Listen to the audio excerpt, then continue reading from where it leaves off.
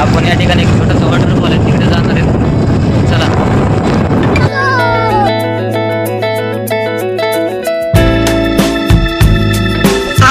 रोम रोम भाइयों.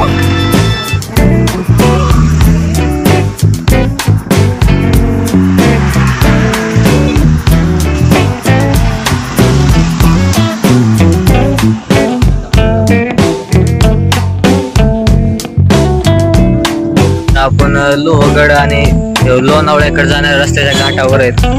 घाटावर या ठिकाणी सुंदर नजारा आहे खाली आणि इकडे एक छोटासा वॉटरफॉल आहे इकडे आणि पलीकडे एक वॉटरफॉल आहे. तर बघू खाली कोणता वॉटरफॉल भेटतोय आपल्याला माहित नाही कोणता कुठे वॉटरफॉल आहे. आपण निसं चाललो वॉटरफॉलला पण इथं लय गर्दी आहे. बेकार गर्दी आहे. कौन है ये लोग? मजा आ रहा है.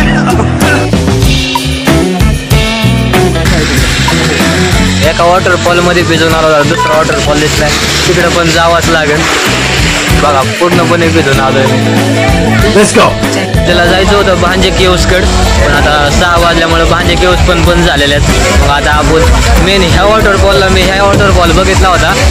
ह्या वॉटरफॉलला यायचं होतं तर ह्या वॉटरफॉलला पण आलेलो आहे आता मी.